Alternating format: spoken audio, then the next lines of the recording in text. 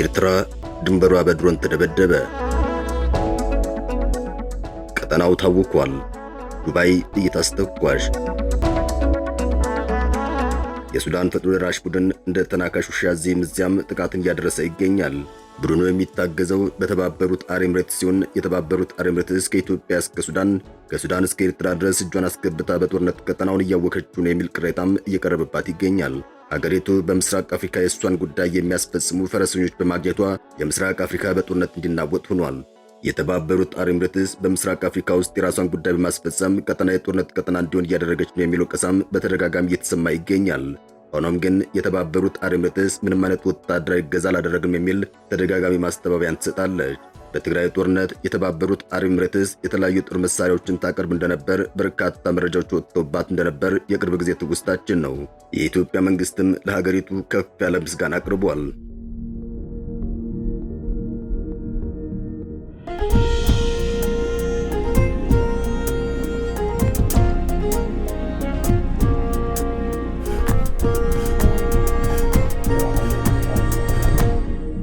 የኢትዮጵያ ሉዓላዊነት አደጋ ላይ በነበረበት ወቅት ከኢትዮጵያ ጎን ከቆሙት ጥቂት ሀገራት መካከል አንዷ የተባበሩት አረብ ኤሚሬትስ መሆኗን የገለጸ የኢትዮጵያ መንግስት ለዚህም የኢትዮጵያ ሕዝብና መንግስት ሁልጊዜም ከፍ ያለ ምስጋና አለው የሚል መግለጫን ለተባበሩት አረብ ኤሚሬትስ ማቅረቡ ይታወሳል። በሌላ በኩል በአሜሪካ የሚኖሩ የኢትዮጵያ የሲቪል ማህበራት የተባበሩት አረብ ኤሚሬትስን በመቃወም ጥብቅ የሆነ ደብዳቤ ለተባበሩት አረብ ኤሚሬትስና ለአሜሪካ መንግስት ማስታወቃቸው ይታወሳል። በኢትዮጵያ በሰላማዊ ሰዎች ላይ ያነጣጠር ያሉትን የሰው አልባ አውሮፕላኖች ወይም ድሮኖች ጥቃት በእጅጉ አሳስባቸው በሰሜን አሜሪካ የሚገኙ የኢትዮጵያ ሲቪክ ድርጅቶች ለተባበሩት አረብ ኤሚሬትስ መንግስት አቤቱታቸውን አስገብተዋል። በቅርብ ጊዜ በኢትዮጵያ በተለያዩ አካባቢዎች ባሉ ጦርነቶች የጦርነቱ ተሳታፊ ያልሆኑ ሰላማዊ ሰዎች በድሮን ጥቃት እየተገደሉ ስለመሆናቸው በተደጋጋሚ እየተዘገበ ይገኛል። የጋራ ፊርማቸውን በማኖር ለተባበሩት አረብ ኤሚሬትስ መንግስት ደብዳቤ ያስገቡት በሰሜን አሜሪካ የሚገኙ የሲቪክ ድርጅቶች ይኸው በሰው አልባ አውሮፕላኖች በንጹሃን ዜጎች ላይ የቀጠለው ጥቃት በጥልቀት አሳስቧቸዋል። ድርጅቶቹ በኢትዮጵያ በሚካሄዱ ግጭቶች የተባበሩት አረብ ኤሚሬትስ መንግስት የድሮን አቅርቦትን በአስቸኳይ እንዲያቆም ጠይቀዋል።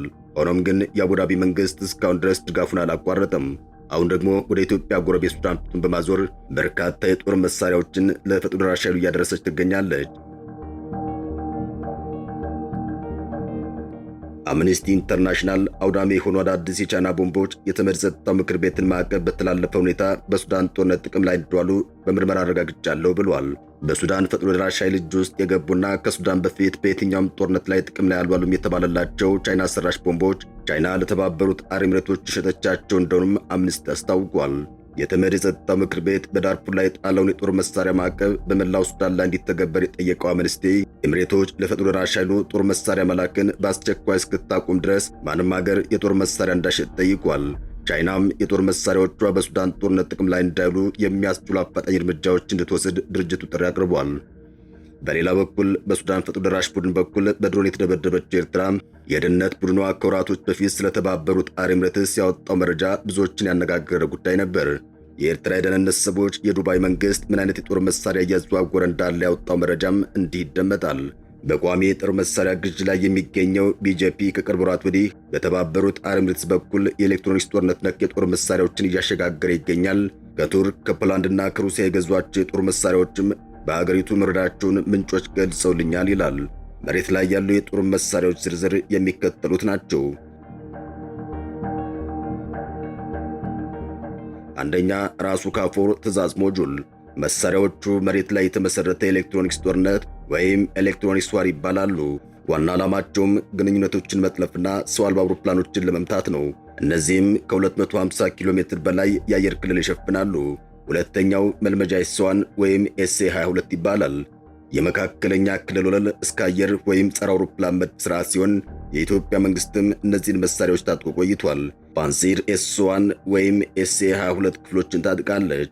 ሶስተኛው አር330 ZH ዜቴል ሲሆን የኤሌክትሮኒክስ ጦርነትን የሚያጨናንቅ የመገናኛ ጣቢያ ነው።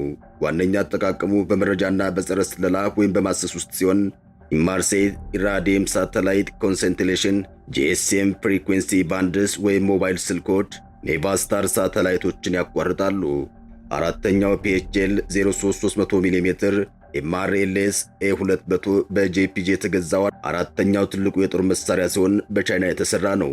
ይኸው መሳሪያም ጋይድድ ሮኬት አርቲለሪ ወይም ጂአርኤስ ሲስተሞችና ኤም20 አጭር ክልል ባለስቲክ ሚሳይሎች ማለትም ኤስአርቢኤምኤስ ናቸው። መሳሪያው ከ150 ኪሎ ሜትር ወይም 93 ማይልስ እስከ 300 ኪሎ ሜትር አሊያም 186 ማይል የሚረዝም ሲሆን እስከ 400 ኪሎ ግራም ክብደት ያለ የጦር ጭንቅላት እንደሚይዝም ተነግሯል። በቻይና የተሰራው PHL 181 SH 15 ሌላው በቢጂፒ በጅምላ ሲገዛ የነበረ የጦር መሳሪያ ነው ተብሏል።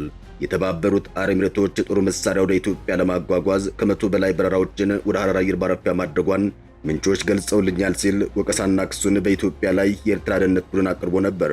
ሆኖም ግን የወቀሳና ክስ በሶስተኛ ወገን አልተረጋገጠም። አሁን ደግሞ በተባበሩት አረብ ኤሚሬትስ የሚታገዘ የዳጋሎ ቡድን በኤርትራ ድንበር የድሮን ጥቃት ማድረሱ እየተሰማ ይገኛል። በኤርትራ በቅርብ ርቀት ላይ በምትገኘው ከሰላ ከተማ የሱዳን ፈጥኖ ደራሽ ኃይል በርካታ የድሮን ጥቃቶች ማድረሱን ዓለም አቀፍ መገናኛ ብዙሃን እየዘገቡት ይገኛል። የሱዳን ፈጥኖ ደራሽ ኃይል ወደ ኤርትራ ድንበር የድሮን ጥቃት ሲያደርስ ይህ ለሁለተኛ ጊዜው ነው። በእርግጥ እስካሁን ድረስ በጉዳዩ ዙሪያ የኤርትራ መንግስት ያለው ነገር የለም።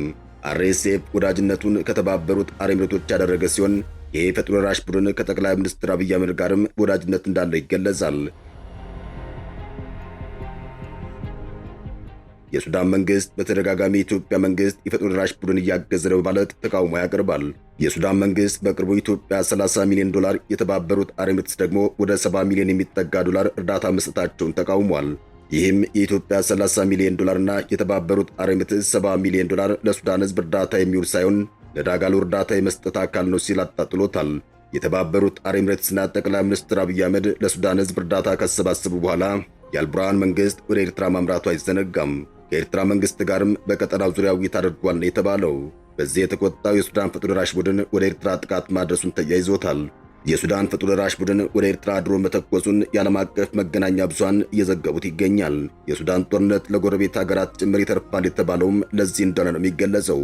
ሱዳን በቆዳ ስፋቷ በአፍሪካ ትልቁ ሀገር ነች። ይህችን ትልቅ ሀገር ግን ወታደሮቹ አሳነሷት። ወታደር መሪ ከሆነ ከጦርነቱ ውጭ ሌላ ነገር አይታየውም የሚባለውን የአፍሪካኖች ብሂል በሱዳን ተመለከትን።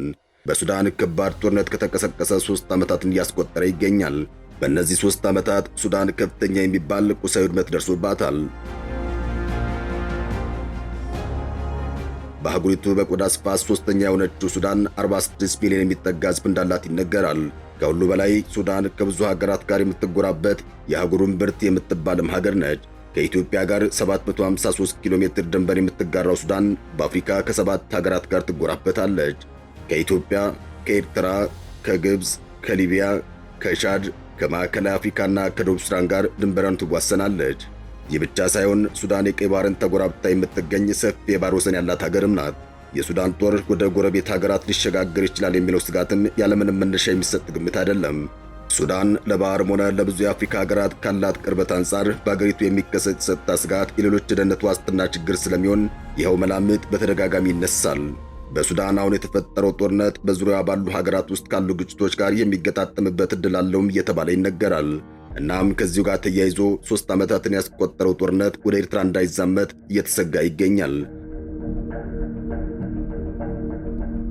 የሱዳን ፈጥኖ ደራሽ ኃይል በኤርትራ ድንበር አቅራቢያ ብቻ ሳይሆን የድሮን ጥቃት ያደረሰው በፖርት ሱዳን ጭምር ላይም ከባድ የድሮን ጥቃት ፈጽሟል። በሱዳን ወታደራዊ ኃይል የሚመራው መንግስት መቀመጫ በሆነችው የወደብ ከተማ ፖርት ሱዳን ለ3ኛ ተከታታይ ቀናት የድሮን ጥቃት እንደተፈጸመባት ቢቢሲ ዘግቧል። በሱዳን የእርስ በርስ ጦርነቱ ከተቀሰቀሰ በኋላ የፈጥኖ ደራሽ ኃይሉ አይሎ አብዛኛውን ካርቱም ሲቆጣጠር በጀነራል አብዱል ፈታህ አልቡርሃን የሚመራው ቡድን መቀመጫውን ወደ ፖርት ሱዳን ማዞር አይዘነጋም። ከሳምንታት በፊት የአገሪቱ ጦር በፈጥኖ ደራሽ ኃይል ላይ የበላይነትን በማግኘት በርካታ የካርቱም ክፍሎችን መቆጣጠር ከቻለ በኋላ ነው ተከታታይ የድሮን ጥቃቶችን በፖርት ሱዳን ላይ የተፈጸመው። ፖርቱ ሱዳን የወታደር ኃይሉ መቀመጫ ከመሆኗን ባሻገር በጦርነቱ ሳቢያ ከባድ ሰብአዊ ቀውስ ውስጥ ለሚገኘው የሱዳን ሕዝብ የሚደርስ እርዳታ የሚተላለፍባት የወደብ ከተማ እንደሆነች ይነገራል። አበቃን። ሰናይ ጊዜን ተመኘን።